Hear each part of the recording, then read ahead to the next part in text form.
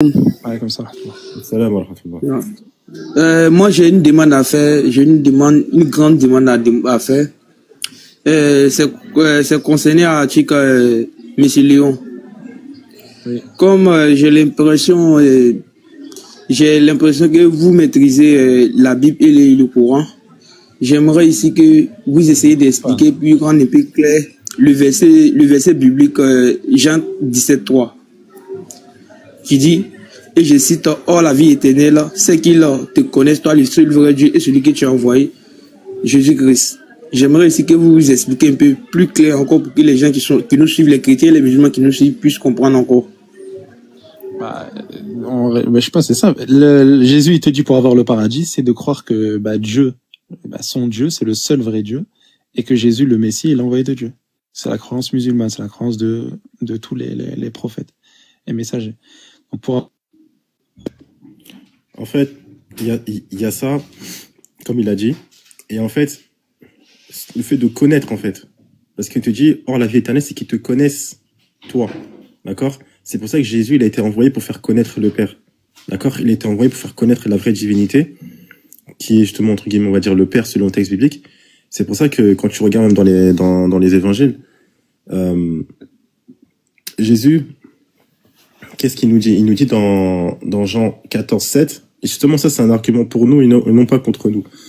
Dans Jean 14,7, Jésus il dit, dans le sens, il te dit, si vous me connaissiez, vous connaîtriez aussi mon Père. Et dès maintenant vous le connaissez et vous l'avez vu. D'accord? Vous le connaissez dans quoi? Parce que Jésus il l'a présenté.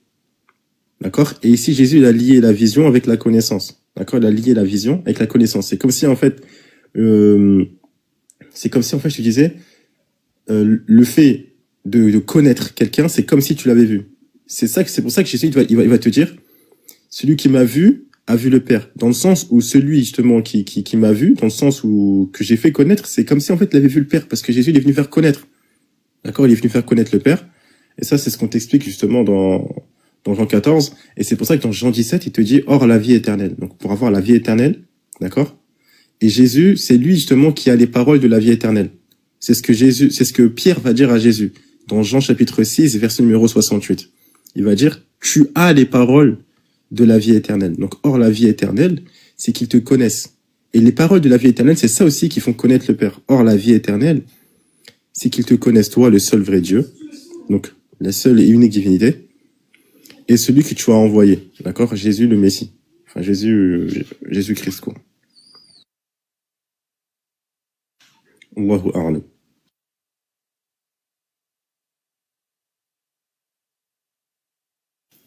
C'est bon, Hello Boy?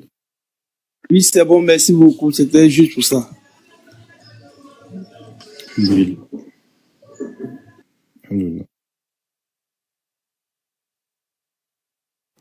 Bon, moi je trouve qu'il y a il y a un contraste un peu bizarre. Normalement, pour comprendre la Bible, on devrait s'adresser à un chrétien et pas à un musulman, de la même manière que pour comprendre le Coran, on devrait s'adresser à un musulman et pas forcément à un chrétien. Donc je trouve que on pourra pas s'entendre sur le long terme.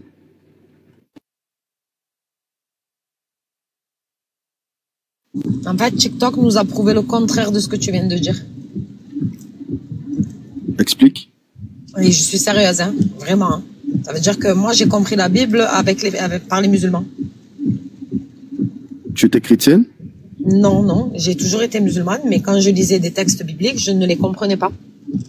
Quand les chrétiens me les ont expliqués, ça m'a perdu encore plus. Quand un musulman me l'a expliqué, j'ai compris tout à fait parce que leur explication correspond à d'autres versets bibliques et justement d'ailleurs à suivre une ligne de conduite des versets. Et au final, ça s'explique clairement. Donc je pourrais mieux t'enseigner le Coran que Léon, tu penses? Non, c'est pas. Peut-être. Ok. Peut-être. D'accord. Okay. Si tu veux m'enseigner le Coran, moi je prends. Moi, il n'y a pas de souci. Je veux bien prendre. Mais par contre, j'ai pas de révélation, moi. Je suis pas assisté du Saint-Esprit. Ça veut dire que j'ai le discernement. Donc fais attention, fais attention, parce que je vais poser des questions. Okay. Je vais pas accepter tout simplement. Voilà. Je vais essayer de discerner pour voir si toi, tu m'expliques bien déjà. Parce que par exemple, tout à l'heure, il y a un de tes frères qui disait que celui qui est mort et qui est ressuscité, c'est celui qui est assis sur le trône. Ah, ma soeur Sabrina, vous êtes sage. Mon cerveau, ben, il peut pas l'accepter. Il a dit, Voilà. ben, moi, ce que je sais, c'est que Oui. Jésus est assis à la droite du Père, celui qui est mort et qui est ressuscité. Il a Voilà. un trône. Il a un trône. Bon, peut-être que si... Et quand Ouais. il tourne la tête, il voit le Père, c'est ça? Oui, exactement. Donc ils sont deux. Exactement, c'est ce que les textes disent. Ah, ils sont deux. C'est ce que les textes disent. Et ils sont tous les deux Dieu. Exactement, c'est ce que les textes disent aussi. D'accord. Donc c'est du polythéiste. Si tu le définis ainsi, Ben, tu veux le définir comment? dans notre Deux dieux, c'est jargon, quoi? dans notre jargon, Deux dieux, c'est quoi? Deux Est-ce- dieux, c'est monothéiste ou c'est polythéiste? ok. Est-ce que le fait que Dieu ait adressé à Moïse cette parole disant, je te fais Dieu pour Pharaon, ça faisait de lui Dieu? Moïse n'avait pas... Non. Est-ce que Moïse, là, quand il est le Dieu de Pharaon, il est le créateur? Toi, tu dis que Jésus, il est créateur. Tu sais ce que je peux t'expliquer? Ça pourrait Oui. prendre vraiment beaucoup de temps. Non, Ok, mais ça- déjà là, dans ce que tu m'as expliqué, là, les deux dieux, là, on est d'accord que c'est deux dieux Je n'ai créateurs. jamais dit deux dieux, j'ai dit deux personnes. Ah, deux personnes. Ben, on voit deux entités distinctes, un sur un grand trône, un à sa droite. C'est ce que la parole de Dieu dit. Est-ce que ces entités sont deux? Qu'est-ce que tu entends par deux? Mais 1 plus 1, ça fait 2. Je sais pas comment je pourrais expliquer 2 en fait. Normalement, j'ai pas besoin en fait- d'expliquer 2 en fait, mais bon. Oui, je sais, mais la logique avec laquelle tu t'avances, elle est erronée à la base. Si tu comprends les textes bibliques, c'est pourquoi Voilà, j'ai parlé. voilà. Donc, tu vois, C'est pourquoi j'ai parlé tu vois, du... quand tu dis que la logique avec elle, Laquelle tu avances, c'est ça, c'est une affaire de... C'est une affaire de... Alors, je sais Exactement. déjà que tu peux pas m'expliquer le Coran, ça c'est sûr, parce que dans le Coran, j'y vais avec cette logique aussi. Ah, ok. Voilà. Ben, dans ce cas, il y a certains textes sur lesquels on peut pas se mettre d'accord, c'est normal. Exactement. Non, on peut C'est pas, ça. on peut pas parce que tant que Oui, chez je moi, suis totalement d'accord. Tant que chez moi, 1 plus 1 plus 1 fera 3, tu pourras pas me faire avaler que 1 plus 1 plus 1 c'est égal à 1. C'est pas possible. En fait, ce que tu disais, hein, il faut être assisté d'un Saint-Esprit. Pour moi, c'est pas possible. Donc, quand tu me dis que Jésus, quand il tourne la tête, là, il voit quelqu'un, d'accord? Que je te demande. Est-ce qu'au moins t'as déjà entendu parler Et quand de la je dis c'est du Trinité? polythéisme, tu me dis non. Pour moi, je comprends pas. Est-ce que tu as suivi au moins mon débat avec Léon quand j'ai parlé de la Trinité? Parce que chez nous, on appelle ce concept un concept trinitaire pour dire que Jésus, le Père et l'Esprit de Dieu Oui. est un. Oui, mais là, tu viens de dire qu'ils sont deux. Ben, j'ai dit, attends, quand je dis deux, je dis directement dans les textes, on parle de deux personnes qui sont assises différemment. Mais est-ce que Non, lorsque Jésus-Christ, non. attends, écoute-moi. Attends, parce que Ok. je veux pas dire quelque chose que tu n'as pas dit. Quand je t'ai D'accord. demandé si Jésus, quand il tourne la tête, il voit quelqu'un, tu m'as répondu. Bien sûr, c'est ce que j'ai dit, j'ai pas dit le contraire. D'accord. Donc, ils sont deux. Bien sûr, ils sont deux, mais ils sont un. Voilà. En fait, c'est ta logique. Écoute bien. C'est pourquoi j'ai parlé de ta logique. Bon, si quelqu'un peut m'expliquer, là, ils sont deux, mais Qu'est-ce que Jésus a dit? Qu'est-ce que Jésus a dit dans la parole? J'ai pas assez Mais tu connais les évangiles, Non, moi, je vais être honnête avec toi. Voilà. Ok. Moi, je suis pas Léon, je suis pas Baki, je suis pas Cheikh Adam. Moi, j'ai pas de D'accord. science. Bonsoir Sabrina, bonsoir à tous. Bonsoir. Ok, Bonsoir. Voilà. Sabrina, Moi, est-ce que tu j'explique. peux... Bonsoir Sabrina. Est-ce Bonsoir. que... excuse-moi si tu tutoies, hein. Est-ce que tu peux recentrer un peu le débat? Est-ce que tu peux nous dire, il vient d'arriver, je sais pas où est-ce que le débat a commencé et autres. Est-ce que tu peux reprendre un peu, voilà, ta logique, s'il te plaît? Attends, juste, Évariste. Est-ce que je peux... Attends, juste, J'étais en train de parler... 30 secondes. Évariste, juste, tu es chrétien? Oui, je suis chrétien. Ah, ok, d'accord, ok. Vas-y, je vous laisse parler. Ok, est-ce que je peux reprendre là où j'étais? J'ai bien dit dans les textes, ça nous présente deux entités, une à sa droite, donc le Père, et Jésus est à la droite du Père. Mais j'ai bien dit que dans les textes, partout, depuis les évangiles jusqu'à Apocalypse, on nous présente la Trinité. La Trinité, c'est le Père, le Fils et l'Esprit. Tu ne peux pas l'avancer avec ta logique. C'est pourquoi j'ai parlé de la compréhension de la parole de Dieu. En fait, exactement, tu comprends? En fait, regarde. Vas-y, Sabrina, excuse. Non, jamais de la vie. Vas-y, Baki. Oh, on t'écoute. Non, moi, je faisais pas de développement. Moi, j'ai posé une question par rapport à ce qu'il a dit tout à l'heure quand il disait que celui qui est assis sur le trône, là, c'est celui qui est mort, là. Ben j'ai pas suivi le débat de mon frère qui m'a précédé, certainement. Moi, j'ai dit, il y a deux trônes. On a vu le trône du Père, dans l'Apocalypse. Dans l'Apocalypse, c'est le trône. Pardon? Il y a le trône de l'agneau, et il y a le trône de... Exactement, c'est ce que disent les textes. Donc ça, c'est irréfutable. Non, on en est compté même 26, hein, de trônes. Non, mais après, c'est vrai, non, il y a même... Vrai, hein. Il y a les 24 vieillards, il y a les, je sais plus qui, là, les quatre, les apôtres aussi, hein, ils ont... Il y a les 12 trônes, les 12 trônes des apôtres, hein, voilà, il y en a mais beaucoup. là, moi, j'ai parlé de celui qui est à la droite du Père. J'ai pas parlé de tout le reste, sinon il y a les 24 vieillards, les 12 apôtres qui auront 12 trônes, tout ça, il n'y a pas de souci. Il faut juger les enfants d'Israël, etc. Exactement, oui. Voilà. Donc, en fait, regarde, là, pour recentrer la chose, en fait, dans les évangiles, en tout cas, et même dans les actes, dans les épîtres, que ce soit de Paul, etc., ou dans l'Apocalypse, mais principalement de la bouche de Jésus dans les évangiles, il n'y a aucune trace, d'accord, de sa divinité. Parce que qui est la meilleure personne pour parler de lui-même? C'est Jésus. Et Jésus, jamais il n'a fait comprendre, ou jamais il a dit, ou jamais il a fait comprendre qu'il serait divin. Ça n'existe pas. Jésus ne l'a jamais fait comprendre dans les évangiles, que ce soit dans Marc. D'accord? Dans Marc, il y a 16 chapitres. Ça n'existe pas.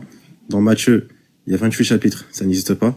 Dans Jean, il y a 21 chapitres. Ça n'existe pas. Et dans Luc, il y a 24 chapitres. Ça n'existe pas. Jamais, Jésus, au grand jamais, n'a fait comprendre qu'il était divin. Ça n'existe pas. C'est pour ça que le problème qui va se poser, c'est que les chrétiens, justement, vous allez nous affirmer, d'accord, que Jésus est divin, mais le concerné ne l'a jamais fait comprendre. Là, je dis même pas qu'il l'a dit, parce que, oui, même vous serez d'accord pour dire que Jésus n'a jamais dit, oui, je suis Dieu, adorez-moi. Sur ça, on va tous être d'accord sur ça.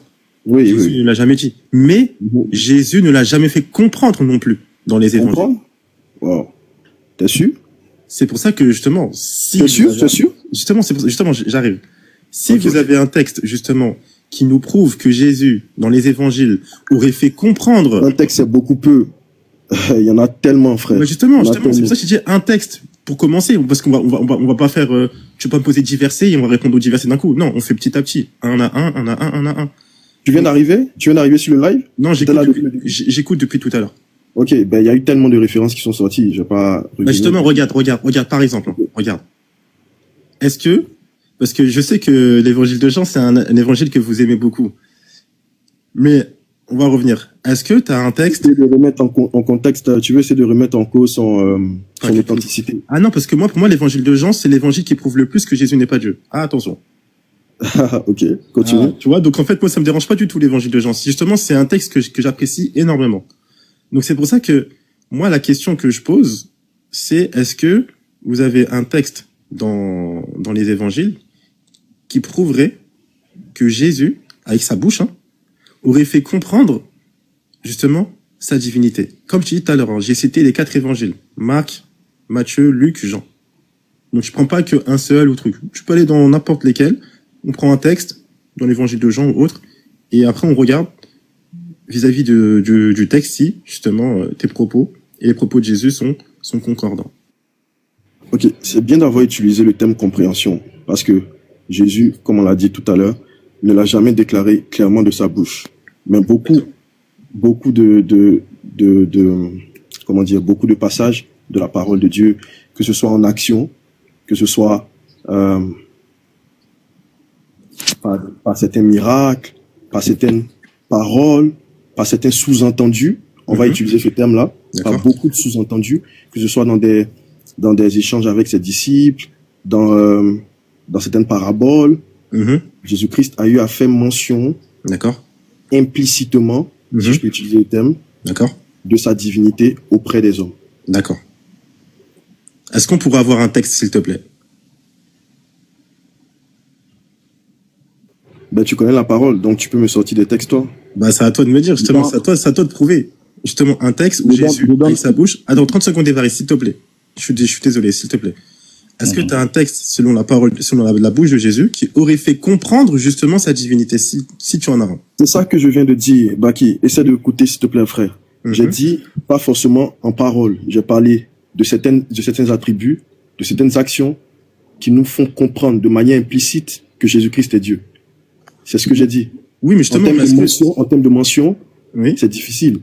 Il y a eu beaucoup de choses. Je sais déjà, si je te dis tout de suite le pardon des péchés, tu me diras, mais après, les hommes aussi, il a dit à ses disciples, ceux à qui vous pardonnerez les péchés, ils leur seront pardonnés. Mais le premier de toute l'histoire de la Bible en tant qu'être humain, si tu peux le dire un peu, en tant qu'être humain, à avoir pardonné les péchés d'un homme, ça a été Jésus. Par exemple, juste ce texte, juste ce contexte, tout simplement. D'accord. Donc, en fait, ok, par rapport au pardon des péchés. Oui, on a la même chose pour les apôtres, hein, dans Jean chapitre 20, verset numéro 22 à 23. D'accord? Donc oui, tes péchés, ceux à qui vous pardonnerez les péchés leur seront pardonnés, ceux à qui vous les retiendrez, ils seront retenus. Maintenant, le truc, c'est que quoi? C'est que, justement, ça, c'est pas une preuve. Parce que le fait que Jésus pardonne les péchés, faut pas oublier que toi et moi, on est d'accord que dans Matthieu chapitre 28, verset numéro 18, Jésus, il dit quoi? Tout pouvoir m'a été donné. Après, il dit quoi? Continue. Justement. Sur la terre, Voilà. Comme ça, au moins, toi et moi, on est concordants, on est synchronisés. Regarde, tout pouvoir, justement, m'a été donné dans les cieux et sur la terre. Maintenant, la question que je pose. Le pouvoir, là, qu'il lui a donné, c'est qui? C'est le Père. Ok, mais avant d'avoir ce pouvoir-là, est-ce que Jésus l'avait? Bien sûr. Bah, comment ça se fait qu'on lui donne un pouvoir qu'il avait déjà? Tout pouvoir m'a été donné. Comment est-ce que tu le comprends? Justement, c'est la question que je te pose. Comment ça se fait? Parce que tu m'as dit que ce pouvoir-là, il l'avait déjà, mais je peux t'aider à répondre à cette question si tu peux. S'il vous plaît, s'il vous plaît. Ok, attends. S'il te plaît, on peut parler aussi, s'il vous plaît. Je peux juste, parce que j'ai 2 minutes, je vais au travail. Juste pour 2 minutes, je peux rajouter quelque chose et répondre à cette question rapidement. Vas-y, je t'écoute. Voilà. Il faut comprendre une chose déjà d'entrée, c'est que pour comprendre la parole de Dieu, il faut avoir l'esprit de la parole. Voilà pourquoi la Bible dit que ce sont des choses que l'œil n'a vues, ce sont des choses que l'œil n'a pas vues, l'oreille n'a pas entendues, mais des choses qui sont réservées pour ceux que Dieu aime. Ces choses-là sont inscrites dans le cœur de ceux que Dieu a choisis d'avance. Quand vous lisez le livre de Jean 1er, la Bible dit au commencement était la parole était avec Dieu. Et la Bible dit que non, au commencement, la parole était avec Dieu. La parole, et la Bible dit par la suite que la parole est devenue chair. En fait, pour comprendre déjà les textes bibliques, il faut être dans la pensée de Dieu. Jésus dit, personne ne peut venir à moi sans que le Père ne l'ait attiré. Donc tout va déjà de là. On peut commencer à débattre aujourd'hui jusqu'à l'éternité, mais si nous n'avons pas, reçu ce don-là du Saint-Esprit pour comprendre ces choses, on peut être vraiment. Moi, je connais un homme, il s'appelle Oswald Sanders. Il a écrit un livre. En fait, c'était un athée, et il voulait faire comprendre aux gens que la Bible, elle était fausse. C'était une pure invention. Et le monsieur a commencé à faire des recherches sur la Bible. Vous pouvez le chercher sur Internet, il s'appelle Oswald Sanders. Il a écrit un livre qu'on appelle Incomparable Jesus.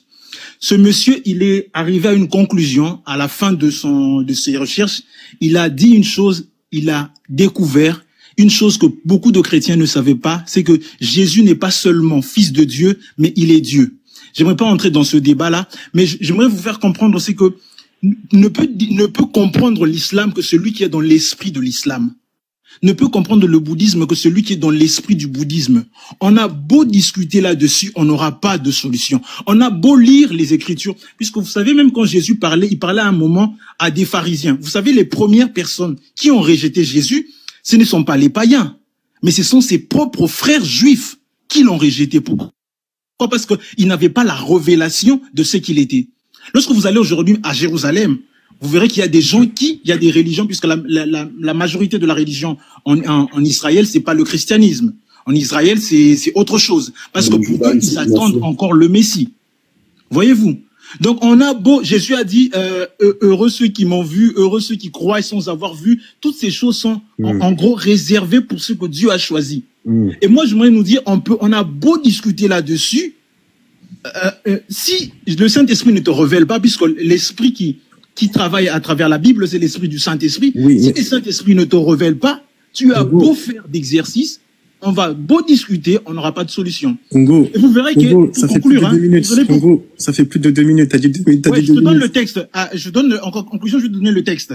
Vous savez, il y a un homme, je parle de cet homme-là, après je te donne un texte pour t'expliquer cela. Il y a un homme qui a vraiment, dans le temps de Jésus, a combattu les chrétiens, a combattu le christianisme, le mouvement de Jésus. Et c'est celui qui, à un moment, quand a reçu la révélation, est devenu le plus grand écrivain dans la Bible. Il s'appelle Paul. Paul, ok. Voilà. Alors, pour te donner le texte. Non, en fait, regarde, Congo. En fait, par contre, attention, quand tu quittes l'application, on t'entend plus. Au cas où, hein. Quand tu quittes l'application, on t'entend plus. Par contre, Congo, t'as dit que t'allais répondre à ma question, mais tu n'as pas répondu à ma question. Je réponds à ta question. Je suis juste en train de te donner le texte. Attends, juste. D'abord, tu devais répondre à ma question en premier temps. Est-ce que tu te rappelles de ma question? Oui, je connais ta question. Tu as posé la question à notre frère de savoir où c'est écrit explicitement que Jésus... Non, c'est pas ça. Non, c'est pas, non, tu savais, regarde, c'est pour ça que, en fait, tu suis pas, en fait, ce qu'on dit. Ma question, c'est, parce que, justement, Morox, il a tenté d'y répondre, justement. Et après, par la suite, je lui ai posé une question dans Matthieu 28, 19, où Jésus nous dit dans le sens, tout pouvoir m'a été donné dans les cieux et sur la terre. Et du coup, je lui ai posé la question, tout pouvoir m'a été donné, est-ce que ça veut dire, donc, en gros, dans le sens, est-ce que Jésus, ça veut dire qu'il avait le pouvoir avant? Il m'a dit oui. Donc, j'ai posé une autre question en disant, comment ça se fait que Jésus avait le pouvoir, on lui donne encore le pouvoir? Mais ça, c'est une dérive. Ça, c'est une dérive de ta question. Ta question n'a pas commencé là. Je t'ai bien suivi. Non, ben, justement. Ta question a commencé. Où est-ce que c'est écrit dans la Bible où Jésus dit que non, il est, Non, voilà, regarde. Ici. Et il a voulu te donner un texte, mais il n'avait pas de texte. Regarde, j'arrive, regarde. C'est pour ça que, regarde. Et en fait, ça montre qu'en fait, que tu restes pas dans l'esprit de ma question. Non, moi, j'arrive. Je vais commencer ta question quelque part. Laissez-moi finir, s'il vous plaît. Laissez-moi finir, s'il vous plaît. Jésus-Christ a affirmé qu'il aurait dit qu'il était fils de Dieu. Congo, s'il te plaît, laisse-moi finir, s'il te plaît. Tu vas comprendre. Regarde. J'ai dit, donne-moi un verset où Jésus, justement, ça c'est notre toute première question, où Jésus aurait fait comprendre sa divinité. Ça, c'est ce que je veux te donner maintenant. Je finis. Ok. Mais toi, tu m'as parlé de Paul. Moi, je parle tout d'abord de Jésus. Dans les évangiles. Et j'ai précisé les évangiles. Donc, si t'étais là et que t'es sincère, t'aurais compris que j'ai rédigé les évangiles et que j'ai parlé de Jésus. Mais c'est ce que je veux te répondre. Ok, et ben, donne-moi un verset. Et ben, regarde, donne-moi un verset où Jésus aurait fait comprendre sa divinité dans les évangiles. C'est ce que je suis en train de vouloir te donner maintenant, là. Y a pas de souci, on t'écoute. Voilà. Donc, comme le frère l'avait si bien dit, il n'existe pas des passages où explicitement Jésus-Christ lui-même le dit, mais il y a la révélation. Encore une fois, tu n'as pas compris ma question. Tu n'as pas compris ma question. Mais je peux pas te donner le verset comme ça. Je te donne les versets en me basant sur les Écritures. Oui, de Jésus. L'esprit des Écritures, c'est ce que j'en veux de vouloir faire. C'est pas en fait, la Bible, c'est pas de 1 plus 1 égale 2, 3 plus 3 égale 3. C'est pas ça. C'est un livre de révélation. Il faut avoir un texte et sur ce texte trouver une révélation. C'est ce que j'ai envie de te donner. On t'écoute juste. Moi, j'ai une parole de Jésus dans les évangiles, s'il te plaît. Merci. Et attention, quand tu quittes le live, on t'entend pas, hein, au cas où. Si tu peux me donner la référence, je vais chercher. De Luc 5, 20.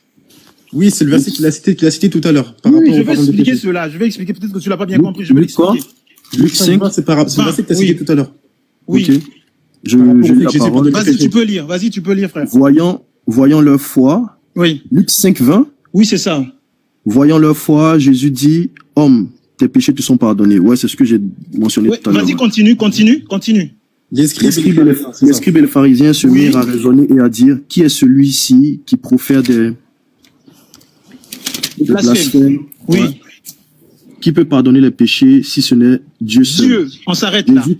Attends, tu peux t'arrêter là. Donc, les scribes et les pharisiens, ce sont des gens qui connaissent la Bible, qui connaissent la loi. En ce temps-là, c'était la Torah. Donc, ce sont les gens qui enseignaient la parole. Et ils savaient que dans la Bible, dans la Torah, ne peut pardonner les péchés si ce n'est Dieu. Or là, il y a eu un homme, il s'est révélé capable de pardonner le péché. Ta conclusion, tu conclus quoi? Ok, moi je conclus que en fait tu fais une erreur biblique. D'accord? Oui, vas-y. Regarde, ta conclusion. Ouais, regarde. ta conclusion c'est quoi? Regarde, laisse-moi finir s'il te plaît, me coupe pas. Regarde. Le problème c'est que toi tu te sers des scribes et des pharisiens pour prouver la divinité de Jésus. Mais c'est ce que tu m'as demandé. Fini. Oh là là, s'il te plaît, s'il te plaît, s'il te plaît. Tout à l'heure, moi j'ai parlé de Jésus. Ouais, laisse-le parler, ça, tranquille, y a pas de souci. Regarde, moi tout à l'heure j'ai parlé de Jésus. Mais toi, tu t'es servi des scribes et des pharisiens pour prouver la divinité de Jésus. Ces mêmes scribes et pharisiens qui ont insulté Jésus des noms dans Jean chapitre 10, verset numéro 20. Ces mêmes scribes et pharisiens dont Jésus a dit d'eux, dans Jean 8, 43, pourquoi vous n'écoutez pas ma parole? Parce que vous ne comprenez pas ce que je dis. Donc toi, tu parles, toi, tu te sers de ceux à qui Jésus a dit qu'ils ne comprennent pas ses paroles, qu'ils ne comprennent pas ce qu'il fait. Et tu te sers d'eux pour prouver la divinité de Jésus. Alors que eux, ils ont une mauvaise compréhension dans Jean 5. Enfin, dans Luc 5. Et c'est même Jésus qui le dit dans Jean 8, 43. C'est même Jésus qui le dit aussi dans Jean chapitre 10, verset numéro 6. Donc, en fait, tu peux pas te servir d'eux pour justement dire que, oui, regarde, eux-mêmes, ils ont dit, il y a que Dieu qui pardonne, etc. Alors, Mais c'est ça la vérité. Ils cherchaient à chaque fois des failles et des prétextes pour pouvoir justement, lapider Jésus, ou pour pouvoir le malmener, etc. Ils ont toujours fait ça, et ça a toujours été comme ça. Donc en fait, ton argument n'est pas un argument. Et pour revenir justement, pour répondre, c'est pour ça que tout à l'heure on est venu dans Matthieu chapitre 28, verset numéro 18, où on nous dit « Tout pouvoir m'a été donné dans les cieux et sur la terre ». Et là, justement, on va répondre à ta question en te posant une autre question. Ça, c'est la méthodologie de Jésus. Dans Matthieu chapitre 21, verset numéro 24, Jésus dans Matthieu 28, 18, il nous dit quoi? Tout pouvoir m'a été donné dans les cieux et sur la terre. Et la question que je te pose, qui a donné ce pouvoir à Jésus? Ok. C'est une très belle question. C'est vraiment une très belle question. Moi, j'aimerais que Congo, il me réponde. Ok. D'accord. Donc, je laisse répondre. Alors. Ouais, il est descendu, c'est pas grave. Frère, Inch'Allah. Je t'écoute, Ivariste ou Morox, parce qu'en fait, Morox, j'avoue que tu as beaucoup pris la parole. Mais non, après, il n'y a pas de souci. Mais, c'était soit Ivariste, soit Morox, vous mettez-vous d'accord et vas-y. Ok. Pour essayer de répondre, je vais essayer de te poser une question, parce que tu m'as posé aussi une question. J'aimerais savoir quand même, à partir de quel moment est-ce que Jésus a reçu le pouvoir de pardonner? Justement, c'est le pouvoir de pardonner. Justement, c'est pas mentionné à quel moment il a reçu ce pouvoir-là. C'est pas mentionné, mais c'est mentionné qu'il a reçu un pouvoir. C'est mentionné qu'il a reçu tout pouvoir m'a été donné. Donc dans tout, est-ce que tu le prends de manière absolue ou pas? Pardon? Est-ce que le mot tout, tu le prends de manière absolue ou pas? Absolu? Ouais. Absolu? Oui. C'est-à-dire? Quand on dit tout, est-ce que c'est vraiment tout, ou c'est tout spécifique? Genre, en gros, c'est pas un tout absolu où il y a tout qui rentre dedans. Ok. Dis-moi clairement là où tu veux en venir. Bah justement, c'est là, en fait. La question, c'est tout pouvoir m'a été donné dans les cieux et sur la terre. Ici, là, on va revenir à ma question de base. Qui lui a donné ce pouvoir? C'est le Père. Ok. Avant qu'il ait ce pouvoir, est-ce qu'il l'avait? C'est à partir de quel moment? C'est ça qu'on doit savoir. Et justement, en fait, est-ce que tu parles de avant qu'il ne commence son ministère ou du coup, tu dois répondre à cette question. C'est quand qu'il a reçu tout pouvoir? Ok. Allô? Je peux parler, je peux essayer de répondre à la question de... Ça va nous ramener, par exemple, à l'origine même de Jésus. Parce que Jésus-Christ s'est présenté devant les pharisiens. Attends, juste 30 secondes. Mettez-vous d'accord, Évariste. D'accord, non, j'étais déjà en train de répondre un peu. Je veux dire parce que là, ça va nous envoyer encore dans autre chose. Parce que les pharisiens ont dit à Jésus-Christ, lorsque Jésus-Christ a dit, avant que Abraham ne soit, je fus. Oui. Par exemple, ça va nous ramener à là, par exemple. Donc, Jean 58. Ouais. Donc, est-ce que, en ce moment-là, Jésus était en train de leur dire que, est-ce que c'est à ce moment-là, lorsqu'il est venu en tant qu'humain sur la terre, donc son incarnation, qu'il a reçu le pouvoir, ou est-ce que c'est avant la fondation du monde? Là aussi, ça renverrait encore à un autre problème, et ça renverrait encore un débat beaucoup plus long. Ok, si tu peux me donner une explication, je sais pas. Tu peux... En fait, le problème, c'est que si tu dis tout pouvoir m'a été donné sur les cieux et dans la terre, le fait de dire que ce pouvoir lui a été donné, ça implique qu'il ne l'avait pas avant. Parce qu'on... Non, en fait, c'est pas ce que cela signifie. Il faut comprendre que la personne de Jésus-Christ a deux dimensions. La dimension spirituelle et la dimension humaine. Avant que Jésus ne vienne par le canal de Marie, Jésus existait déjà. Quand tu dis spirituel, ça veut dire quoi? Oui, l'homme est fait de deux dimensions. Non, la dimension spirituelle, physique. Non, mais quand c'est pour Jésus, quand tu dis spirituel, oui, c'est la divinité. Oui, quand je dis spirituel... Ok. D'accord, excuse-moi, ok, c'est juste pour savoir, désolé, je t'écoute. Ok. Jésus a deux dimensions, la dimension spirituelle et la dimension terrestre. Jésus qui n'existe pas seulement qu'à partir de Marie. Avant Marie, Jésus-Christ existait. C'est pourquoi il a dit, avant qu'Abraham fût, avant qu'Abraham soit, je fus. Jésus-Christ existait déjà. C'est pourquoi dans Ésaïe, chapitre 2, je me rappelle pas trop, il a dit... Allô? Oui, il dit quoi le verset dans Ésaïe? Comme ça, tu me dis, je te donne la référence. Je vais chercher. Non, reviens. Dis-moi juste les mots qui a écrit, comme ça, moi, je te donne la référence directement.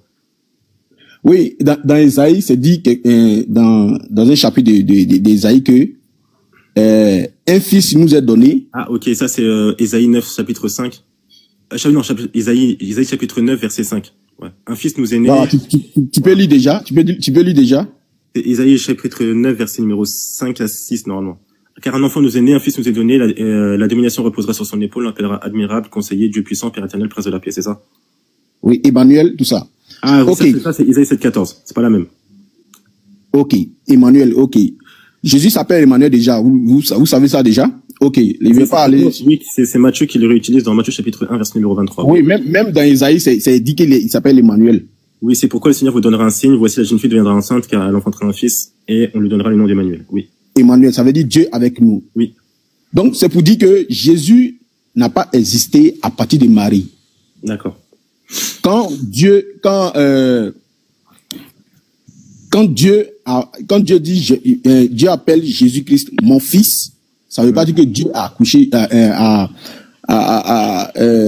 veut pas dire que Marie a mis un enfant au monde et que son fils serait appelé Dieu. Ça veut dire que c'est une partie de la divinité de Dieu qui est rentrée en Marie et Marie a accouché un homme comme nous.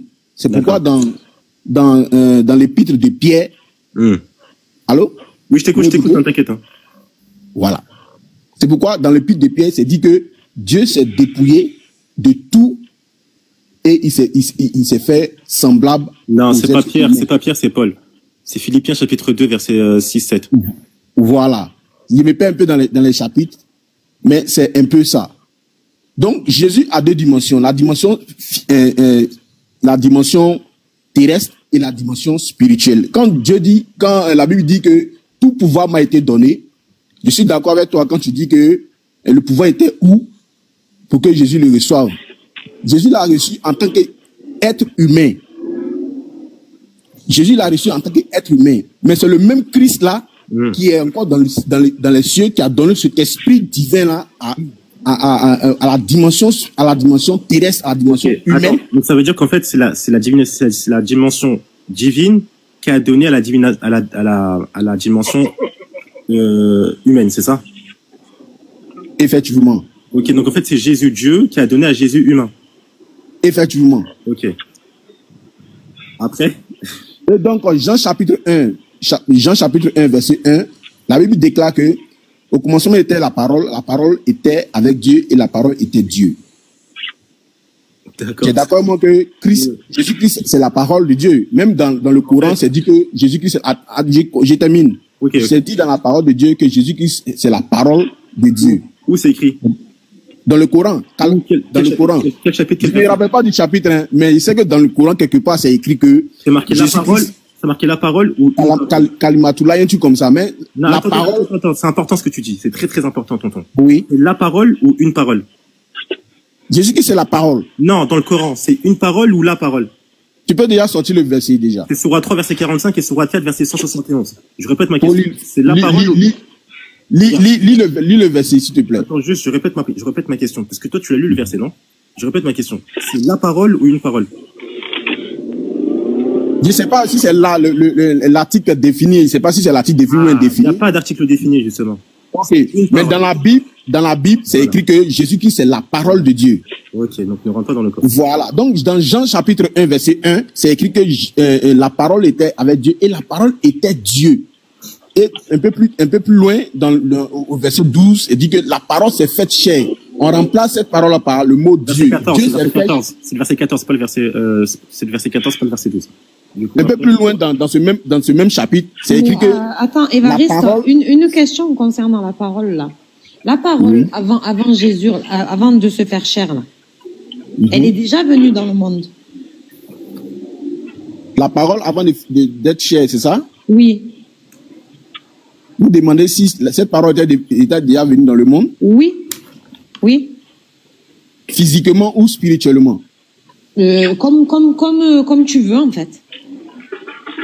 La parole n'était pas dans le monde physiquement, mais spirituellement, la parole travaillait déjà avec les prophètes. D'accord, elle est venue dans le monde.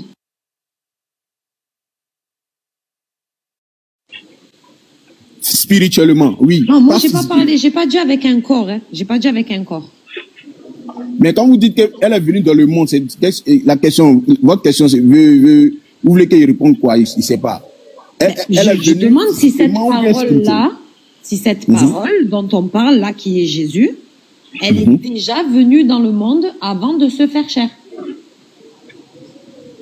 La parole est venue dans le monde. C'est bon, vas-y, continue, Baki, continue. Non, je poserai la question à un autre chrétien. Oui, t'inquiète, en fait, il n'y a pas de souci. Regarde, Évariste, regarde. Non, je peux l'aider. Ok, vas-y, continue d'abord. 30 secondes, regarde. Évariste, en fait, là, on va reprendre de ce que tu as dit depuis le début, d'accord?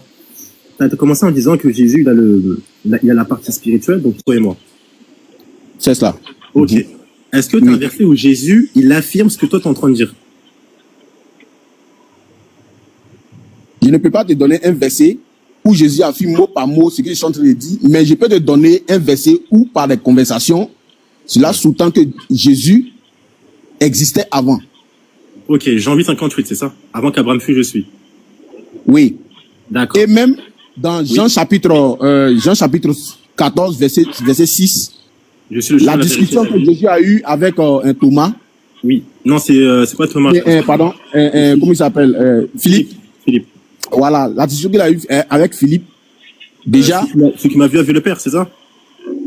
Où Philippe a demandé à Jésus, il dit, mais Jésus, maître, depuis nous sommes avec toi, tu parles de Père, mon Père, mon Père, mon Père. Ce Père-là, est-ce que c'est possible de nous montrer ce Père-là? Oui. Et Jésus a dit, mais... la réponse de Jésus, vous la connaissez tous. Il a dit, mais... Il a réprimandé Philippe en disant, mais... Je suis étonné que tu me poses cette question-là. Ah oui, depuis longtemps que je suis avec vous. Depuis longtemps que je suis avec vous et tu me demandes qui est le Père, selon toi, dans le bon sens. Qu'est-ce que cela signifie? Regarde, justement, on va d'abord faire verset par verset. Tu as commencé par Jean 8,58 et après on va aller dans Jean 14,9. D'accord? Okay. Jean 8,58, Jésus il nous dit, en vérité, je vous le dis, avant qu'Abraham fût, je suis. D'accord? Ok. Voilà. Donc, ici, quand Jésus dit avant qu'Abraham fût, je suis, attention. Ça ne prouve pas sa divinité. Ça, c'est 1. 2. Le verset, regarde, tu es d'accord avec moi qu'au verset 58, il te dit qu'il est divin, selon toi. C'est ce qu'il dit. Mais le verset 59. Non, avant ce chapitre même, tu peux déjà lire le verset, Jean chapitre 1, pour descendre, on va voir. Attends, parce que tu as cité Jean 8. Non, avant d'arriver à Jean maintenant, avant d'arriver à ce verset-là, est-ce que tu peux déjà lire Jean chapitre 1? Non, justement, tonton. En fait, on va faire dans l'ordre des versets que tu as cités. D'accord? Et là, justement, tu m'as cité ce verset-là pour prouver justement que Jésus existait déjà avant. Et en fait, c'est pour ça que je rebondis sur ce verset-là. On va y aller dans Jean 1, t'inquiète pas. Hein. On va faire Jean 1, on va faire Jean 1, on va faire Jean 14. D'accord? Comme tu veux. Ok. Donc, le verset 58, Jésus, il dit avant qu'Abraham fût, je suis. D'accord? En vérité, je veux dire avant qu'Abraham fût, je suis. Mais le verset 59, qu'est-ce qu'il nous dit, tonton? Allô? Oui, le verset 59, juste après, qu'est-ce qu'il nous dit? Non, faut lire, j'ai pas la Bible avec moi. Je peux lire déjà. Ok, le verset nous dit, il n'y a pas de souci. Là-dessus, ils prirent des pierres pour le jeter contre lui, mais Jésus se cacha et il sortit du temple. Est-ce que tu es d'accord pour nous dire aujourd'hui que Dieu, qu'il a dit, enfin Jésus qui est Dieu selon toi au verset 58, au verset 59, il va se cacher contre ses créatures? ta question me fait revenir sur l'une de mes propositions, l'un de mes propos au début. J'ai dit que Jésus a deux dimensions. Justement, quand la dimension spirituelle et la dimension physique. Justement, quand je t'ai posé la question, tu m'as dit il n'y a pas de verset de Jésus qui prouve cette chose-là. J'ai dit quoi? Quand je t'ai dit, c'est quoi la parole de Jésus qui dit justement qu'il a deux dimensions? La parole de Dieu qui dit, mais déjà même le verset de Jean chapitre, le verset où Jésus dit que avant qu'Abraham fût, je suis. Justement. Excuse-moi. J'ai fini. Je vais prendre la parole, s'il te plaît. Pas de souci. Quand Jésus a dit que avant qu'Abraham fût, je suis là. Avant Abraham, Jésus physiquement, il était où? Justement, c'est là qu'on est en train de répondre, justement. Et c'est pour ça que je 59 juste après. Oui, c'est pour te dire que c'est la dimension spirituelle maintenant qui parle. Quand il dit que avant qu'Abraham fût, je suis là. Le physique n'existe plus. Il veut parler le côté spirituel maintenant. Justement, quand il dit ça, le verset juste après, il va se cacher. Elle est passée où, la partie divine, à ce moment-là où il va se cacher? Oui, il se cache. Jésus. Laisse-moi finir. Je confirme ce que tu dis, hein. Je confirme ce que tu dis. Laisse-moi poser ma question. Oui. Ma question, c'est où est passée la partie divine au verset 59? Puisqu'il l'avait au verset 58. J'explique. Je vais t'expliquer. Ne t'inquiète pas, hein. T'inquiète pas, je t'explique. Donc, je reprends. Quand il dit que avant qu'Abraham fût, je suis là. C'est la dimension spirituelle qui existait déjà. Le physique n'existait pas parce que Marie n'était pas encore née.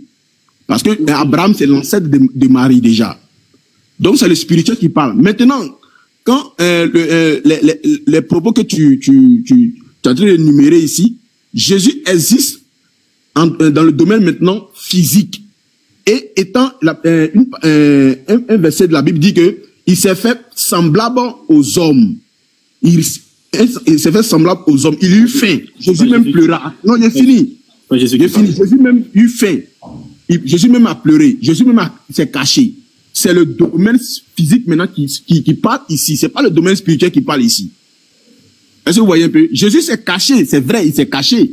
Mais c'est le côté physique qui s'est exprimé là.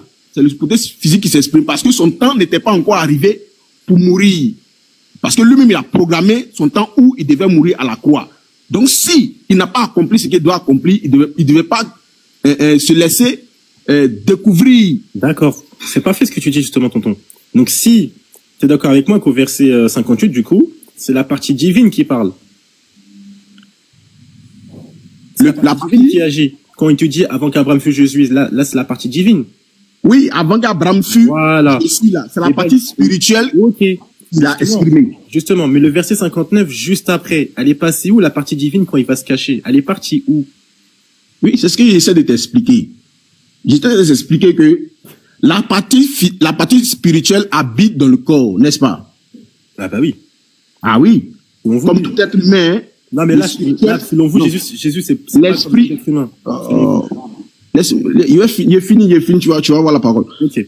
L'esprit habite dans le corps. L'esprit habite dans le corps. Jésus est venu sur la terre pour accomplir une mission bien précise. Et cette mission-là a une chronologie. Et la mort de Jésus sur la croix est programmée. C'est le temps pour que Jésus quitte sur cette terre n'étant pas encore arrivé, il ne devait pas se montrer physiquement pour que ce corps soit détruit plus tôt que prévu. D'accord. Est-ce que vous voyez un peu? Donc, c'est pourquoi. Je me rends que quand Jésus dit je suis, ça veut dire qu'il est Dieu. Pardon? Tu es d'accord avec moi que quand Jésus dit je suis, ça veut dire qu'il est Dieu. Mais c'est la révélation du Attends, Congo, s'il te plaît. Mais attends, moi je veux te répondre. Oh, Congo. Moi j'aimerais bien te répondre parce que Évariste a la réponse. Congo, s'il te plaît. S'il te plaît, Congo, s'il te plaît. Évariste. Oui, je t'écoute. Est-ce que tu es d'accord avec moi que quand Jésus quand il dit le terme je suis, est-ce que ça veut dire qu'il est Dieu? Oui, mais qui était avant Jésus? Justement, qui était avant Abraham? Justement, c'est parfait. Donc, je repose ma question. Donc, oui, le je suis, selon toi, ça veut dire qu'il est Dieu. Même avant, il n'y a pas de souci. Mais le je suis. Évariste, je peux répondre à ta place si tu veux. Oui, Congo, tu peux partir. Hein. Congo, tu peux partir. Mettez-vous d'accord. Tu peux répondre. Tu es d'accord avec Évariste, c'est d'accord pour que Congo prenne la parole? Oui, il peut prendre la parole. Ok, pas de souci. Je t'écoute, Congo. Ouais, il faut comprendre une chose. Hein. Voilà pourquoi j'ai commencé au départ, vous dire que pour comprendre la parole de Dieu, il faut avoir la révélation du Saint-Esprit. Ok. Du coup, tu peux répondre à ma question. Devant moi, Baki. Ok, Baki. Salam alaikum, Baki. C'est une personne qui a beaucoup la connaissance de la parole, mais n'a pas la révélation. Baki. Attends, Congo, 30 secondes. Congo, 30 secondes. Je t'écoute, Moubarak. Votre voix est un peu faible. Hein. C'est bon. Là, on m'entend mieux? Oui, on vous attend. Ok. Donc, Congo, tu m'entends? Ouais, je t'entends, ouais. Ok. Donc, du coup, ma question, c'est, est-ce que le je suis, ça veut dire que Jésus, il est Dieu, oui ou non? C'est ça ma question, en fait. Je te réponds. Okay, et je commence quelque part, ok? Ok. Je commence par là où Évariste a bien commencé. Il faut savoir que lorsque Dieu se révèle au monde, ok? Dieu se révèle au monde, la révélation de Dieu n'a pas commencé aujourd'hui. Dieu a envoyé des prophètes. Quand tu lis les livres je pense les livres de Hébreux, la Bible dit dans les temps qui sont les derniers, Dieu se révèle par le Fils. Mais avant, il a commencé à se révéler par les prophètes. La Bible dit que Dieu a commencé à envoyer les prophètes, mais personne n'a vraiment cru en Dieu. Ok? Mais dans le temps qui sont les derniers, il a choisi de se révéler par son propre Fils. Son propre Fils qui est l'incarnation même de Dieu. Ok? Voilà pourquoi quand tu lis le livre de Jean, Jean te dit que non, la parole était avec Dieu et la parole est devenue chair. Voyez-vous? Je t'explique le concept de Dieu. Selon nous, qui avons le Saint-Esprit, avons compris. D'accord. C'est une histoire de conviction. La foi, c'est pas une affaire scientifique ou mathématique. C'est une affaire de conviction. On ne peut pas te forcer. On peut beau lire la parole de Dieu, mais on ne peut pas comprendre. Voilà pourquoi Jésus dit que non, ils ont des yeux, mais ils ne voient pas. Ils ont des oreilles pour entendre, mais ils n'entendent pas. Mais ma question, elle n'a pas été répondue, ma question. Maintenant, la parole, la Bible dit au commencement était la parole. La parole était avec Dieu et cette parole est devenue chair. Quand Jésus parle de cela, il parle, après Jésus lui-même vient dire que non, avant qu'Abraham ne soit, je suis. Ça veut dire quoi? Ma question, c'est... Si tu as l'intelligence de l'esprit, tu comprends que Jésus n'a pas existé aujourd'hui. Jésus a existé depuis le commencement. D'accord. Congo, c'est pas ça ma question. Oui, attends, voilà, je t'explique. Non, c'est moi qui t'ai... C'est avec moi. Congo, merci. C'est ce qu'on appelle la Trinité. Ok, la Trinité, c'est aussi dans l'homme. Ah oui, là, Congo, je vais essayer de répondre. De Dieu. Ok. En l'homme, il y a l'esprit. Ils les écoutent pas, en fait, là. Ils les écoutent pas. Ouais, Congo, Congo, c'est bon. Congo. Laisse-moi expliquer. Non, attends, parce que c'est eux qui dirigent le débat. Si tu n'es pas d'accord, ce serait un peu bizarre, en fait. Baki, est-ce que je peux répondre? Il y a l'autre. Pardon. Moro, s'il te plaît. Congo. Oui. Est-ce que tu as compris la question de Baki? J'ai compris. Quand il dit que je suis... Calme-toi. Faut te calmer, Congo. Ouais, je t'écoute. Je repose ma question. Est-ce qu'il a répondu à la question de Baki? Mais oui, j'ai compris. Calme-toi. Il a dit quoi? Baki a dit quoi? Quelle était sa question? Quand Jésus dit que je suis, est-ce qu'il veut dire qu'il est Dieu? C'est pas ça sa question? Oui, maintenant, ta réponse c'est quoi? Mais c'est ce que je veux vrai, il est Dieu, mais n'est pas Dieu. Non, calme-toi, s'il te plaît. Congo. Oui. On a compris ta philosophie, on a compris ton enseignement. On revient maintenant. Est-ce que lorsqu'il dit je suis, ça veut dire Dieu. Faut te calmer. Les gars, on ne peut pas poser une question et puis répondre par oui ou non. Nous sommes dans un débat. Évariste, écoute-moi bien. Où ça, Baki? Baki, laissez mettre l'autre. Laissez ne parle pas. Je vous donne la parole tout à l'heure, parler. Évariste, faut bien m'écouter. Hein. Et la question de Baki, là. Baki n'a pas refusé, d'abord, que le frère Congo prenne d'autres versets pour pouvoir expliquer Jean 8, verset 58. Baki n'a pas refusé. Baki a accepté. Baki a bien accepté ça. Mais après avoir expliqué avec d'autres versets, il faudrait revenir à la question de Baki. Je suis là. Ça veut dire il est Dieu ou mais ça veut pas dire il est Dieu. Je réponds? Il faudra répondre à cette question. Exactement. Parce qu'en fait, Congo, regarde. Je vais répondre, regarde. 30 secondes. En fait, regarde. Moi, le truc, c'est que quoi? Je t'ai posé une question. Moi, le fait que tu m'expliques avec d'autres versets, il n'y a pas de souci. Moi aussi, je le fais. D'accord? Moi aussi, je le fais. Maintenant, la conclusion, c'est quoi? La conclusion de ton développement, est-ce que ça implique que le je suis, ça veut dire qu'il est Dieu? Oui ou non? C'est simple, en fait. Oui. Je réponds en disant oui. Ok. Il est Dieu. Et c'est là que je rebondis. Donc avec le je suis, ça prouve qu'il est Dieu. Maintenant, je repose la question. Dans Jean 8, combien de fois Jésus a dit je suis? Combien de fois Jésus a dit je suis? Dans Jean 8, ouais. Qu'est-ce que dit Jean 8? Justement, c'est ça ma question. Mais je n'ai pas les textes devant moi. Mais tonton, en fait, tu peux pas citer un verset si tu connais pas le Jean 8, le chapitre. Mais je n'ai pas le texte devant moi. Dis-moi, Jean 8, dis quoi? Mais justement, c'est ma question que je te pose. Combien de fois le terme je suis revient dans Jean 8? Et pourquoi? Je sais pas, vas-y, toi, tu as les textes. Aïe.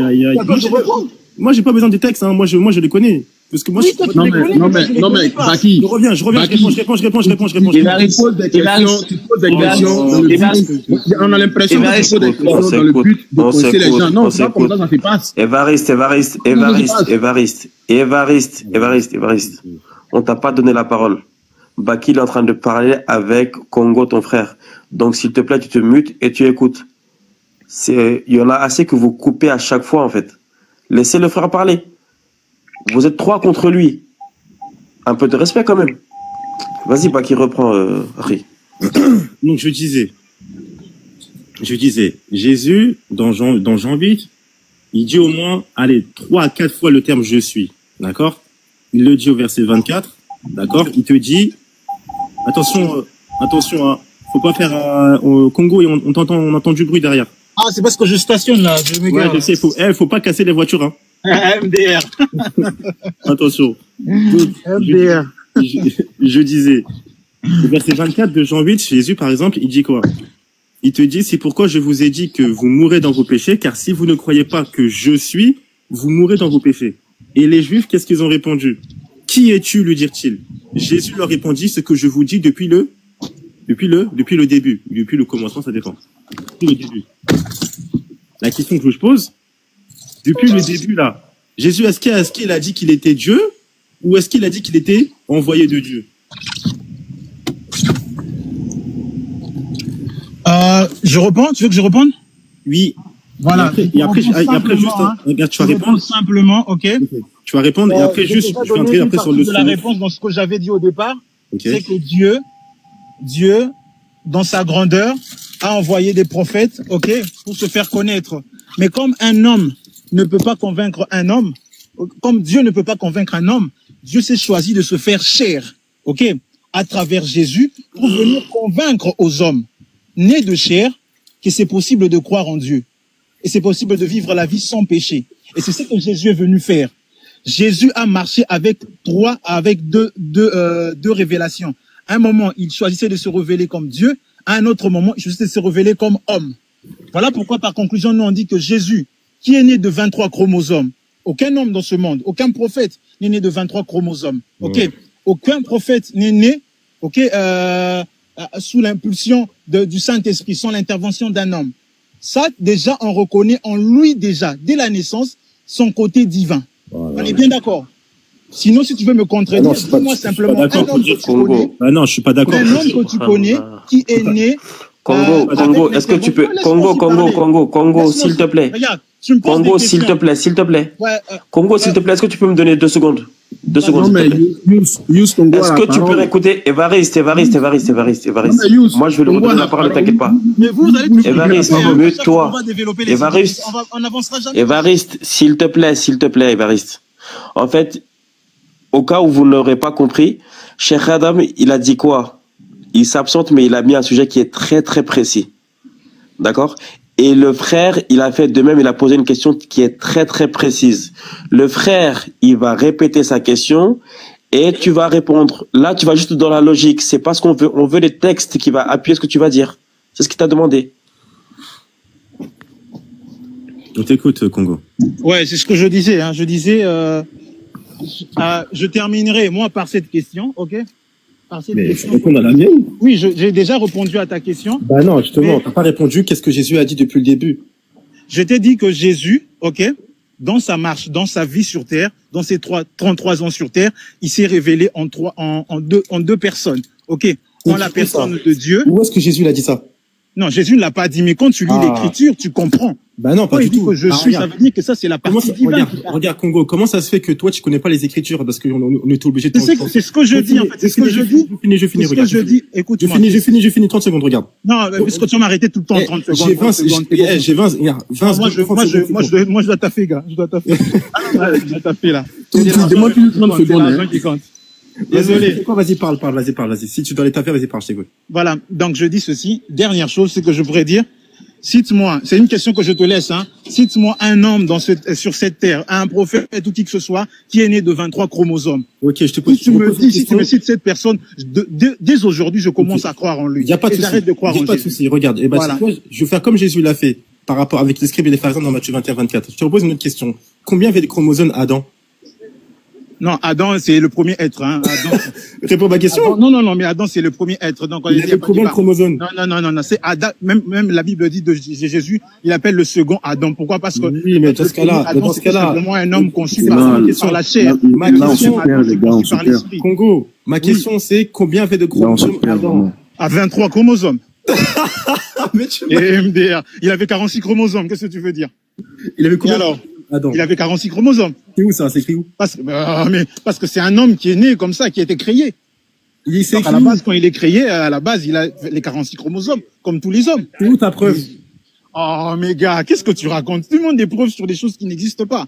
Attends, c'est quoi ta preuve que Adam, il avait 46 chromosomes alors qu'il a ni père ni mère? Parce que c'est un homme comme toi et moi. Mais il a ni père ni mère. Il a ni père ni mère. Mais oui, mais c'est un homme comme toi et moi. Regarde, comment ça se fait? Regarde, je te pose ma question. Jésus, c'est pas un homme comme toi et moi, c'est ça la différence. Donc c'est quoi? Comment ça se fait que Jésus, il avait que 23 chromosomes? Parce qu'il a pas de père. Non, mais c'est ce que je dis. Voilà pourquoi c'est un côté. Voilà, parce qu'il a pas de père. Mais dans ce cas-là, s'il a pas de père. Son père, il est dans le ciel. Ok, s'il a pas de père de manière physique, genre, il a pas de père. Il est né d'une mère. Voilà. Mais comment ça se fait que Jésus, comme il a que 23 chromosomes parce qu'il a pas de père, Adam, du coup, lui, qu'il a ni père ni mère, il a combien de chromosomes? Mais c'est un homme qui a été créé par Dieu lui-même. Tu comprends pas? Donc il a combien de chromosomes? En fait, comment je t'explique? Tu sais quand tu demandes à Dieu de te donner une forêt, Dieu te donnera jamais une forêt, on est bien d'accord? C'est ça la logique de Dieu. Quand tu demandes à Dieu une forêt, Dieu te donnera un arbre, mais un arbre qui porte en lui la semence des forêts. C'est-à-dire l'arbre contiendra des grains qui peuvent te donner au fur et à mesure aussi que tu atteignes une forêt. C'est ça la logique de Dieu, la logique de la reproduction. C'est catastrophique ce que tu nous dis. Voilà. En tout cas, je te dis simplement. S'il avait raison, en fait, on s'éloigne un peu du. Voilà, c'est ce que je te dis. Donc, Adam, c'est un homme comme toi et moi. Voilà pourquoi la Bible dit que non, Adam et le premier Adam était né de la chair, mais le second Adam, qui est Jésus-Christ, est né de l'esprit. Oh là là là là. Mais c'est ce que dit la Bible. Du coup, il y a toujours pas de réponse. C'est un peu. Mais c'est ce que dit la Bible, mon cher. C'est un peu compliqué là où on va. Essayons de revenir un peu dans le cadre. Ok, il n'y a pas de problème. En fait, ce qu'on va faire, c'est que Congo, on va distribuer la parole. Congo. Non, attends, je sais juste. Ok, bon courage. Je vais dire au revoir à Congo quand même. Je vais dire au revoir à Congo. Vas-y, Baki. C'est un plaisir, voilà. Ouais, Congo. Mais croyons en Jésus, c'est le plus important. Congo, ça c'est un grand plaisir, il n'y a pas de souci, tonton. Merci, mon gars, merci. À plus. Juste, casse pas la voiture, hein. Bien, je suis déjà arrivé, là. Vas-y, bon courage. Ok. Bon, vu que Congo n'est plus de la partie, Morox ou Évariste. Comment vous allez? On est là depuis, tu nous demandes comment on va. Alhamdulillah, on va bien. Vous venez d'arriver, non? Yo, c'est mon baraque. Moi, j'ai non, t'inquiète pas, je suis là depuis le début, qu'il y a Oustaz Diané. D'accord, ok. Du coup, qui veut rebondir sur la question? Voilà, est-ce que vous pouvez écouter? Qui veut rebondir sur la question du frère Baki, du coup? Sur le je suis, de Jean 8. En fait, pour je réitère ma question, en gros. Vas-y, Baki. Dans Jean 8, Jésus, il dit au moins 3 à 4 fois, d'accord, le terme je suis. Et comme j'ai posé la question tout à l'heure, est-ce que le je suis prouve la divinité? On m'a dit oui. D'accord? Maintenant, j'ai posé une question dans Jean 8, verset numéro 24. Jésus lui dit, si vous croyez pas que je suis, vous mourrez dans vos péchés. Et les Juifs lui ont demandé, qui es-tu? Et Jésus leur répond, ce que je vous dis depuis le début. Mais depuis le début, Jésus ne leur a jamais dit qu'il était Dieu. D'accord? Au contraire. Jésus, qu'est-ce qu'il leur a dit? Quand tu prends par exemple Jean 7, donc le chapitre juste avant, Jésus leur répondit, mon enseignement n'est pas de moi, mais de celui qui m'a envoyé. Et si quelqu'un veut faire sa volonté, il saura si cet enseignement vient de Dieu ou si c'est moi qui parle de ma propre initiative, etc. Donc en fait, Jésus, depuis le début, il dit que c'est Dieu qui l'a envoyé. Depuis le début, Jésus, il dit qu'il est le Messie, d'accord? Même dans Jean, dans l'évangile de Jean, quand les apôtres, ils vont trouver Jésus, ils vont dire, justement, on a trouvé le Messie, d'accord? Ils vont toujours attester qu'il est le Messie. Jamais aucun apôtre, justement, ils ont attesté que Jésus était divin avant Jean 8, par exemple. Personne a dit que Jésus était divin. Même les scribes et les pharisiens n'ont jamais attesté que Jésus était divin, etc. Parce que Jésus n'a jamais attesté de sa divinité. C'est pour ça que ma question, elle est, je pense qu'elle est pertinente. Allahu a'lam. Ok. En fait, Jésus n'a jamais dit cette chose-là. Et après, on va rebondir sur l'autre je suis par rapport à Jésus. Donc, j'écoute. Ouais, je sais que quand même l'argument qu'il a essayé de soulever était un peu tiré par les cheveux. Il y avait un peu de mélange, j'avoue, mais il a essayé de prouver quand même comme il a pu. Moi, je respecte ça aussi. C'est notre frère, donc il a essayé. Il n'y a pas de souci. Donc, quand même, ce que j'ai dit d'entre deux jeux, la divinité de Jésus se conçoit ou s'admet d'abord par révélation.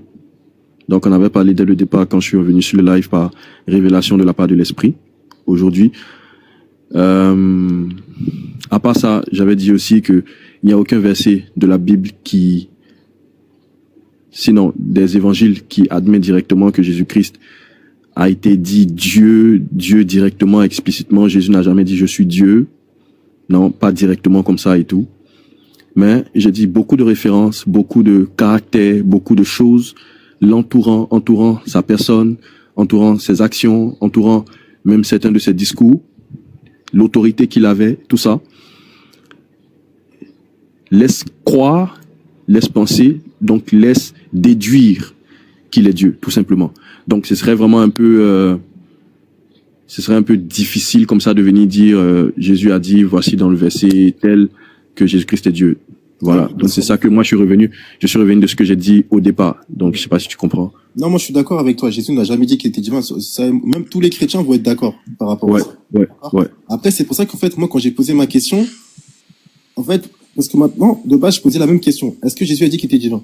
Mais maintenant j'ai compris qu'en fait vous étiez d'accord avec nous et c'est pour ça que j'ai posé ma question différemment. Et ma question c'est est-ce que Jésus laisse faire comprendre qu'il est divin? Tu vois, c'est pour ça que quand tu regardes j'ai changé ma question. J'ai dit est-ce que Jésus a fait comprendre justement sa divinité, tu vois? Et c'est pour ça que quand le tonton m'a cité Jean 858, avant qu'Abraham, je suis même là depuis tout à l'heure, je suis même pas encore rentré dans la réfutation. J'ai rien expliqué encore. Je pose juste des questions pour voir justement si on est d'accord sur certains points pour pouvoir avancer. Je suis pas encore rentré sérieusement dans, entre guillemets, on va dire, dans le débat. Donc, quand Jésus, il va dire je suis, par exemple, au verset 28, par exemple, Jésus va redire encore le je suis.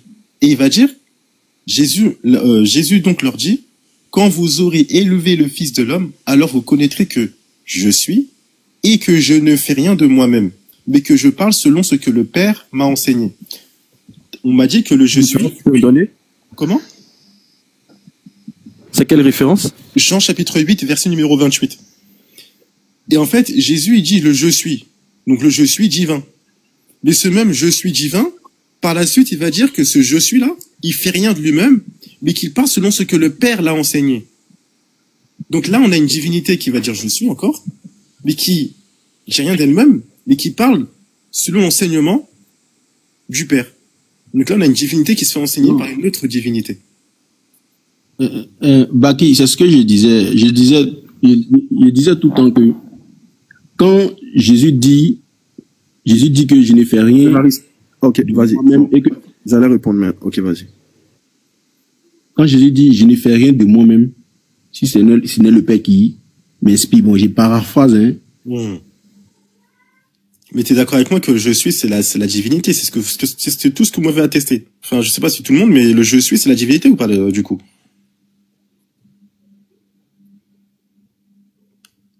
Je sais pas s'il m'entend, je crois qu'il bug, Évariste. À part si c'est moi, je parle trop doucement.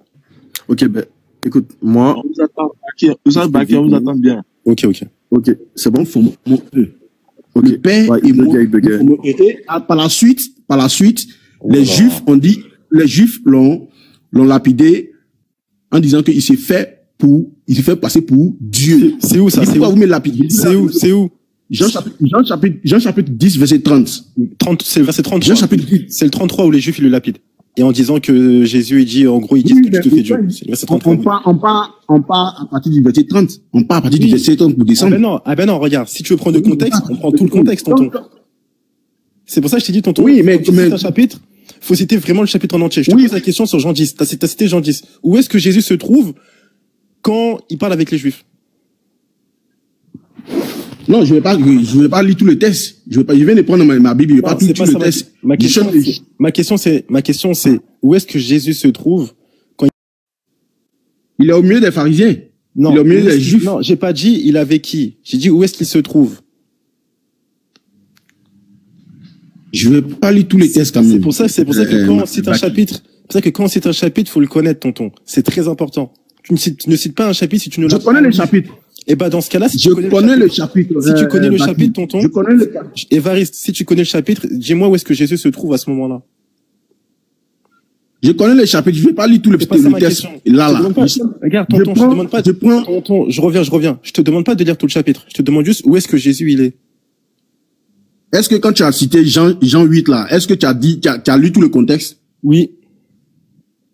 Tu as lu tout le contexte? Oui. Le chapitre? Oui. Tu as cité de façon ponctuelle. Non, ma question c'est pas ça. Regarde.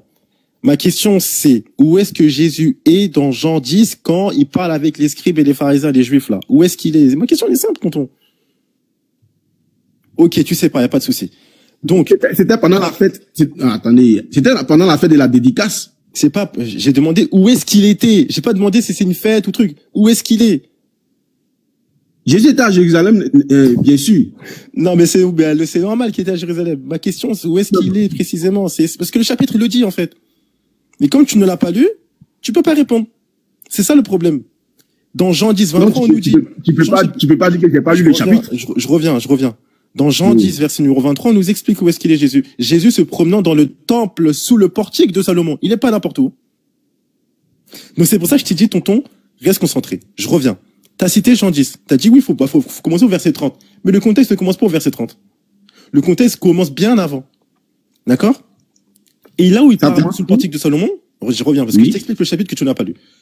Quand il parle sous le portique de Salomon, il y a les Juifs, d'accord, qui l'entourent. D'accord? Ils lui dirent, jusqu'à quand tiendras-tu notre esprit en suspens? Si tu es le Messie, dis-le nous franchement. D'accord? Et Jésus, qu'est-ce qu'il répond? Je te pose la question, Jésus. Qu'est-ce qu'il répond Jésus par la suite? Il répond, vous ne croyez pas. Je vous l'ai dit et vous ne croyez pas. Voilà. Les œuvres que je fais au nom de mon Père. Les œuvres que je fais. Oui. Les œuvres que je fais, oui. Effectivement, je paraphrase les œuvres que je fais au nom de mon Père. Rendre témoignage de Jésus lui-même. Exactement. Tu vois là, tonton, là on est d'accord, on avance petit à petit, d'accord? Regarde. Oui. Mais vous ne croyez pas parce que vous n'êtes pas de mes brebis. Question que je te pose, pourquoi Jésus il parle de brebis dans le contexte de Jean 10? Oui, tu peux répondre, hein? Non, je pose la question. C'est toi qui expliques le verset. C'est toi qui lis, c'est toi qui es parti dans le contexte. Tu veux m'expliquer le contexte dans lequel c'est toi qui as cité Jean 10. Et puis il a parlé. Évariste, c'est toi qui as cité Jean 10, c'est pas moi. Moi j'étais dans Jean 8. Mais j'ai cité Jean 10 et j'ai pris un verset ponctuel. Mais toi tu veux m'expliquer le contexte. Donc vas-y, explique le contexte. Tu peux pas prendre un verset sans prendre le contexte, tonton. Ça c'est une chose qui est logique. Donc je reviens.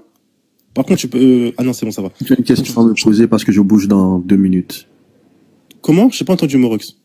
Je dis si tu as une question à me poser parce que je bouge dans 2 minutes. Bah regarde, regarde, Évariste, je veux juste parler avec Morox. Après je reprends. Oui, je t'écoute. Laissez-moi poser la question à Morox et puis la partie. Ouais, justement, je vais poser une question à Morox, justement. Ok, vas-y. Barakallahu fik. Donc en fait, Morox, la question que je te pose, dans par exemple le verset qu'il a cité par exemple, le verset 33 de Jean 10. D'accord? Oui. Quand les scribes et les pharisiens, ils disent à Jésus, ce n'est pas pour une bonne œuvre que ton lapidon, mais pour un blasphème, parce que toi qui es un homme, tu te fais Dieu. Est-ce que ce verset-là prouve la divinité de Jésus? Non, parce que c'est eux qui parlent. Exactement. Donc sur ça, toi et moi, on est d'accord sur ça. Alhamdoulilah. C'était ma question que je voulais te poser. D'accord? Parce que lui s'est servi de ce verset-là pour dire que les scribes, ils avaient compris que Jésus se faisait Dieu. Mais toi et moi, on va être d'accord qu'en fait, c'est les scribes et les pharisiens qui parlent. Donc on peut pas les prendre en considération. On est d'accord sur ça? Oui. Ok, bah, alhamdoulilah. Bah, c'était juste ça ma question, tout simplement. C'est juste ça ma question, tonton Morox. Ok.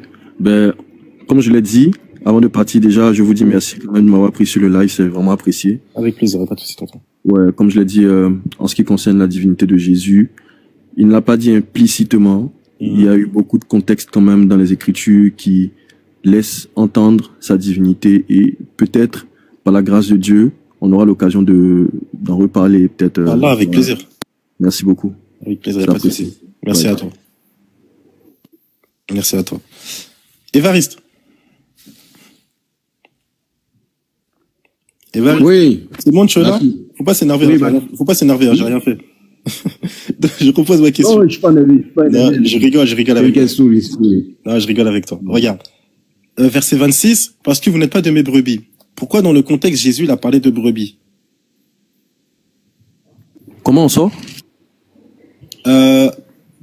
Normalement, quand tu cliques sur ton pseudo là, clique sur toi.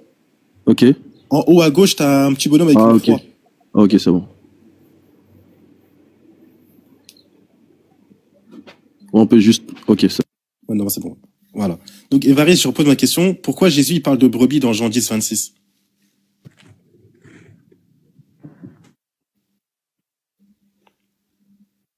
Tic, tac, tic. Ah, il bug. Allô, je suis là. Oui, c'est bon. J'ai cru que tu étais en train de bugger. Ma question, c'est pourquoi dans Jean 10, 26, Jésus, il parle de brebis? Jésus parle de brebis pour ceux qui croient en l'œuvre qu'il est venu accomplir sur la terre. Dans Jean 10, dans le contexte de Jean 10, Jésus, il parle de brebis pourquoi? Dans le contexte de Jean 10. Qu'est-ce qu'il a dit dans Jean 10 par rapport aux brebis Jésus? Dans Jean 10? Oui, qu'est-ce qu'il a dit par rapport aux brebis Jésus? Il a dit dans Jean 10, verset 27 que... Non, verset 26 là. 26, mais vous ne croyez pas parce que vous n'êtes pas de mes brebis. Voilà, pourquoi il parle de brebis? Pourquoi il parle de brebis ici, Jésus? Oui, les brebis, quand Jésus veut parler de brebis, il veut parler de ceux qui sont déjà choisis avant même la fondation du monde. Oui, bien sûr, mais c'est pas ça ma question. Ma question, c'est dans le contexte de Jean 10, pourquoi Jésus, justement, il parle de brebis? Qu'est-ce qu'il a dit par rapport aux brebis dans le chapitre? Bon, moi, je vois pas. Si tu peux répondre déjà. Tonton, je pense que tu n'as pas lu Jean 10 en entier, je pense. Après, c'est pas grave. Regarde. On va reprendre, en fait, il faut revenir au début du chapitre, en fait. Parce que Jésus, au début du chapitre, qu'est-ce qu'il nous dit? En vérité, je vous le dis. Celui qui n'entre pas dans la porte de la bergerie, mais qui y monte par ailleurs, est un voleur et un brigand. C'est pour ça que Jésus, il te dit qu'après, par la suite, que c'est lui la porte de la bergerie. Donc, faut passer par lui pour faire partie de ces brebis.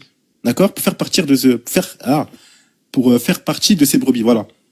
Donc, c'est pour ça que Jésus dit que c'est lui la porte. D'accord? C'est ça. Donc, c'est pour ça qu'il va te dire, en gros, celui qui ne croit pas en lui ne fait pas partie de ces brebis. Parce que Jésus, c'est la porte de la bergerie. Il faut passer par lui, par son enseignement, pour justement être de la bergerie, faire partie des brebis. C'est pour ça que, comme ça là, c'est pour ça que, dans Matthieu, chapitre 7, verset numéro 21 à 23, Jésus, il te dit, beaucoup ce jour-là, c'est pour ça que Jésus, il dit, dans Matthieu 7, verset numéro 21 à 23, il dit, beaucoup ce jour-là me diront, Seigneur, Seigneur, n'avons-nous pas prophétisé en ton nom, n'avons pas chassé les démons en ton nom, n'avons pas fait des miracles en ton nom. Et Jésus va leur dire, écartez-vous de moi, je ne vous connais pas, vous qui commettez l'iniquité. Pourquoi? Parce que ça, c'est des gens qui se prétendaient suivre Jésus et d'être dans la bergerie, mais qui n'étaient pas passés par Jésus. Donc Jésus va les renier. C'est pour ça que Jésus dit, je suis la porte et rentrez dans la bergerie. D'accord? Sur ça, on est d'accord. Non, mais là, ça, c'est votre explication.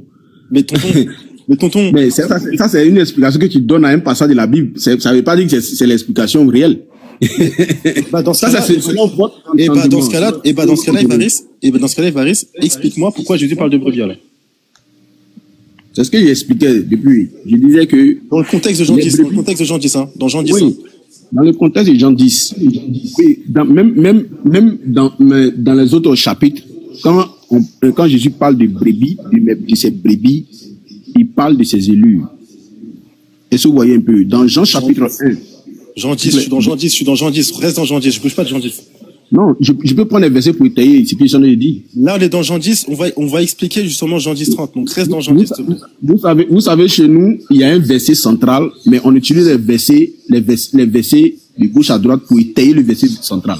Donc, on peut débattre sur le verset de Jean 10, mais on peut utiliser les versets à côté pour étayer. En fait, Évariste, je pense que t'as pas compris. Regarde. Voilà, donc. Non, Évariste, t'as pas compris. Regarde. Dans Jean 10, 26, Jésus, il dit quoi? Mais vous ne croyez pas parce que vous n'êtes pas de mes brebis. Pourquoi Jésus, dans Jean chapitre 10, il parle de brebis? C'est ça ma question. Dans Jean chapitre 10, pourquoi Jésus parle de brebis dans Jean 10 spécifiquement? Oui, je te réponds. Okay. Jésus parle de brebis ici. Quand Jésus parle de brebis, il veut parler de ses ennemis. Il veut parler de ceux qui vont... lorsqu'ils vont entendre sa voix, il y a des échos là, il ne sait pas. Est-ce que... Louisa... Yeah, c'est monsieur Louis. Ton micro, Louis, parce que ça fait des échos. Oh là là. Si tu peux le mute. Oui. Ça va, Bénin? Attends, test. Non, toujours. Ok. En fait, faut couper ton micro. Voilà, c'est bon. Je t'écoute, Évariste. Donc,